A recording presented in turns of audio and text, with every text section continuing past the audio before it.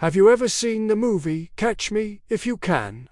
You know, the one with Leonardo DiCaprio playing a brilliant young con artist who impersonates a pilot, a doctor, and a lawyer, all while cashing millions in fraudulent checks.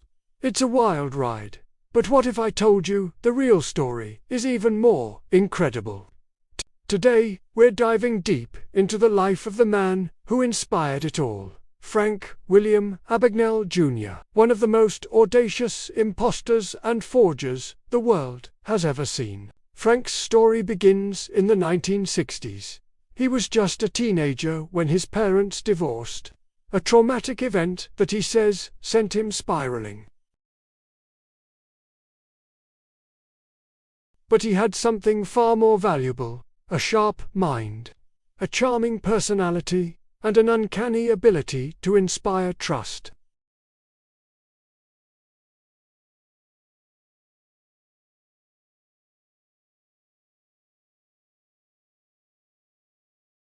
His first major con was impersonating an airline pilot. Think about it. At just 16 years old, Frank figured out that a pilot's uniform was like a key to the world. It commanded respect and authority. He managed to get a fake Pan Am pilot ID and a custom-tailored uniform. Suddenly, he wasn't a runaway teen anymore.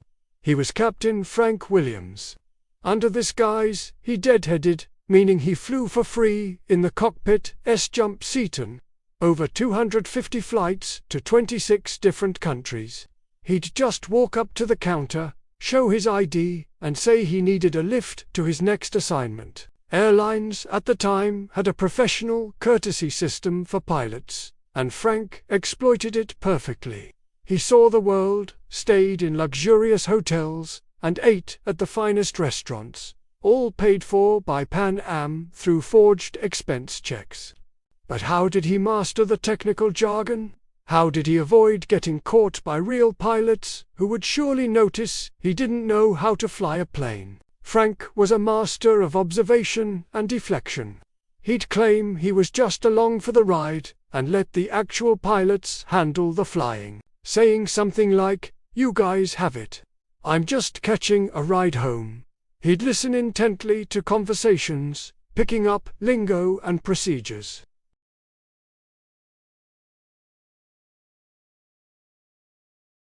And he had to quickly make an excuse, saying he'd had a few drinks the night before and wasn't supposed to fly.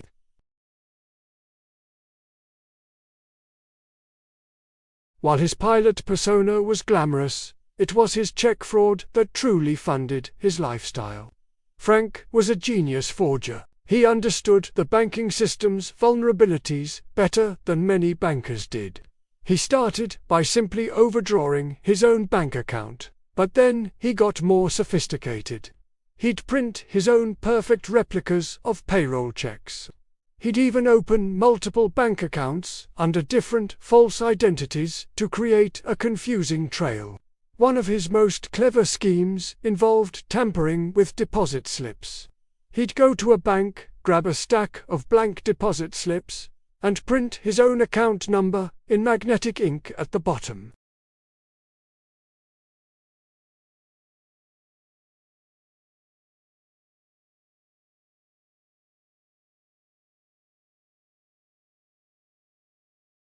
By the time the bank figured out what was happening, Frank was long gone with the cash.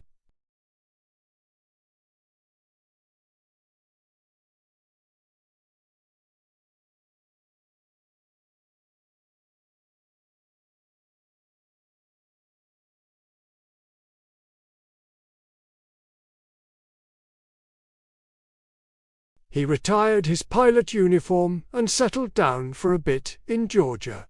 But a man like Frank couldn't just get a normal job. He needed a new identity. On a rental application, when asked for his previous occupation, he impulsively wrote "Doctor."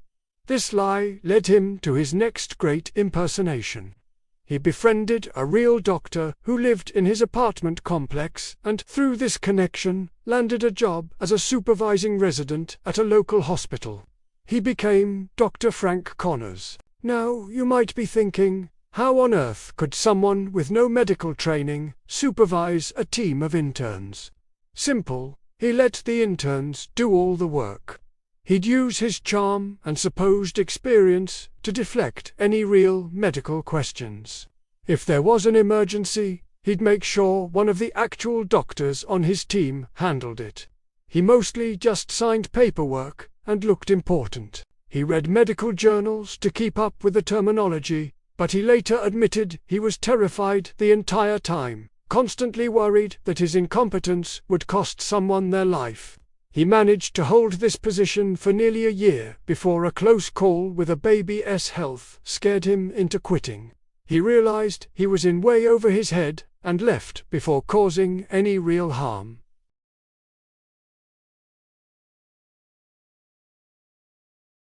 After leaving the hospital, Frank moved to Louisiana. He forged a Harvard Law School transcript, and after faking his way through the state's bar exam, he actually passed it legitimately on his third try after studying for a few weeks. He got a job at the Louisiana State Attorney General's office. He was only 19 years old. As Robert Black, he worked as a lawyer for 8 months. He mostly did research and paperwork, a job he found incredibly boring. He said his boss was happy with his work, but he eventually left after a real Harvard graduate in the office started asking him probing questions about the university. Questions he couldn't answer. The walls were closing in again. By this point, Frank Abagnale Jr. was one of the most wanted criminals by the FBI and law enforcement agencies in dozens of countries. He had cashed fraudulent checks in every U.S. state and across Europe. His 5-year crime spree, which started when he was just 16, finally came to an end in France in 1969. He was 21 years old. He was arrested and served time in a notoriously harsh French prison, then in Sweden, before being extradited back to the United States. He was sentenced to 12 years in a federal prison. But the story doesn't end there.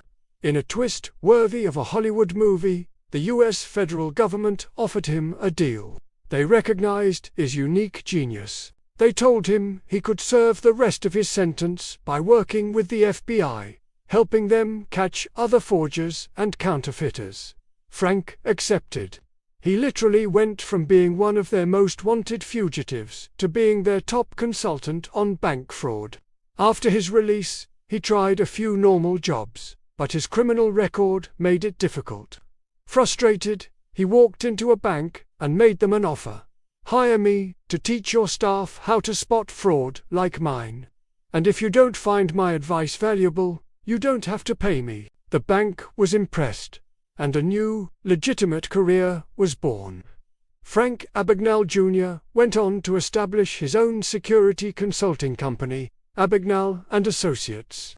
For over 40 years, he has advised hundreds of financial institutions, corporations, and government agencies, including the FBI Academy, on how to prevent the very crimes he once perfected. He designed secure checks that are nearly impossible to forge and developed fraud prevention programs that are still in use today. The man who once cost banks millions of dollars became their greatest asset in protecting their money. His life story is a fascinating study in redemption and the power of a second chance. From a teenage runaway to a master imposter, and finally to a world-renowned security expert, Frank Abagnale's journey is a reminder that sometimes the most brilliant minds are found in the most unexpected places. It's a testament to his intelligence that he could not only pull off these incredible cons, but also turn his life around and use his talents for good. So, the next time you watch Catch Me If You Can, remember that as amazing as the movie is, the real story is even more unbelievable. Thanks for watching, everyone. It's a wild world out there. If you enjoyed this story, don't forget to hit that like button and subscribe for more incredible true stories. See you in the next video.